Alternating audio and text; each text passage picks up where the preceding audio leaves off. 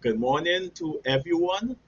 As we know, we are talking about fasting, and I trust that we are indeed learning some valuable lessons and that we are going deeper with God during these devotionals. Today, we are going to look at the blessings of fasting. Fasting is a spiritual discipline, as we know, and like all spiritual disciplines, there are benefits to it. And even though there are some physical benefits to fasting, what I'm focusing on only are the spiritual benefits to fasting. We see in the book of Daniel, chapter 1, verse 17, it says, "To these four young men, God gave knowledge and understanding of all kinds of literature and learning. And Daniel could understand visions and dreams of all kinds." Wow, that is awesome, right? But before they were incredibly blessed by God in this manner, Daniel and his friends were still incredibly blessed by God.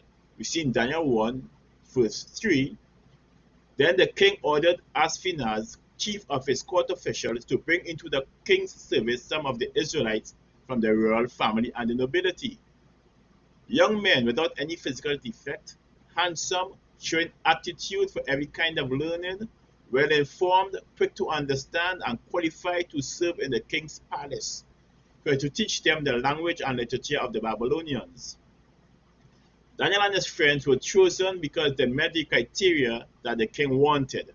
They were handsome men without physical defects, they were teachable, informed, they were quick to understand, and they qualified to be serving in the palace of the king. So they were blessed by God even then. But what all these attributes meant is that Daniel and his friends were full of potential. They were brimming over with potential.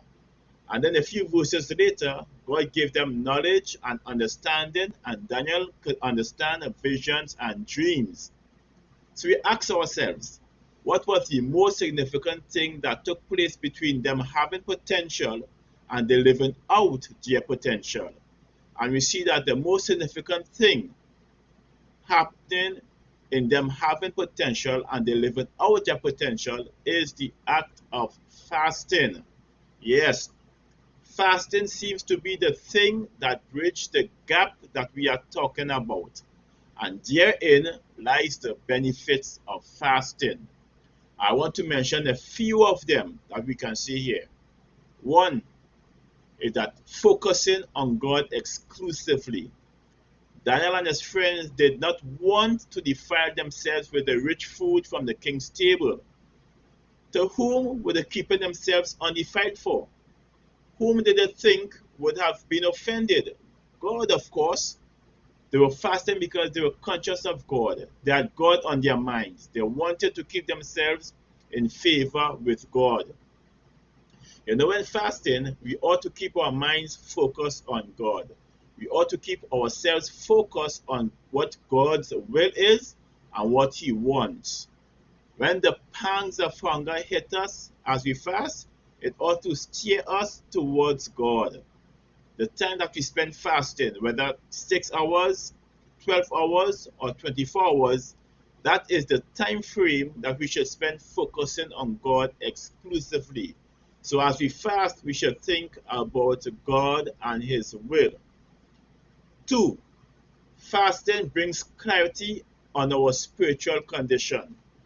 Daniel said that they don't want to defile themselves. They were sure that eating of the food from the king's table was tantamount to defiling themselves.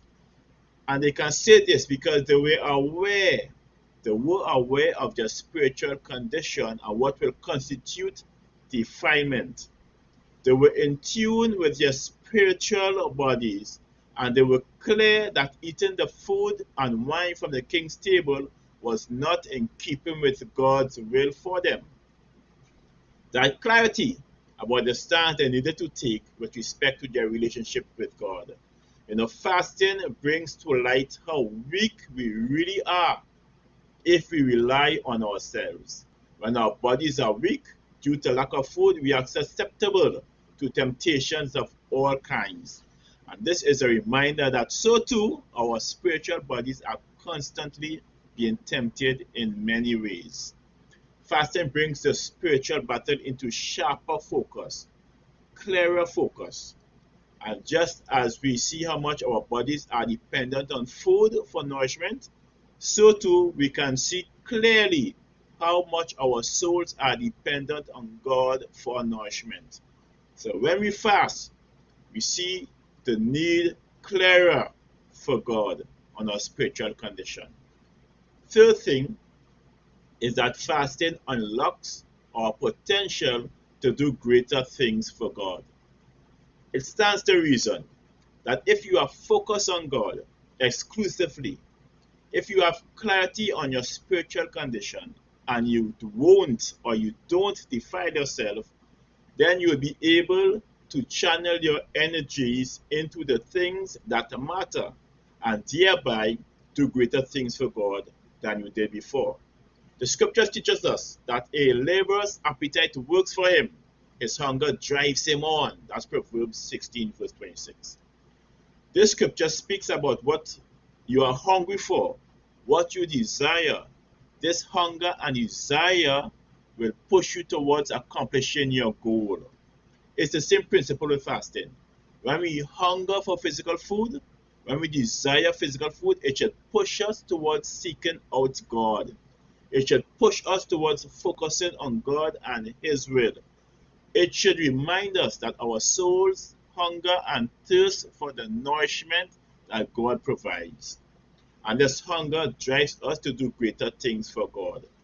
So, as we fast, as we continue to fast, and if you are now joining us in this fast, let us embrace the time to focus on God exclusively.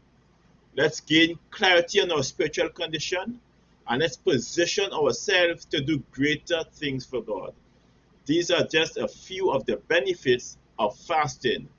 Thank you and have a fantastic day.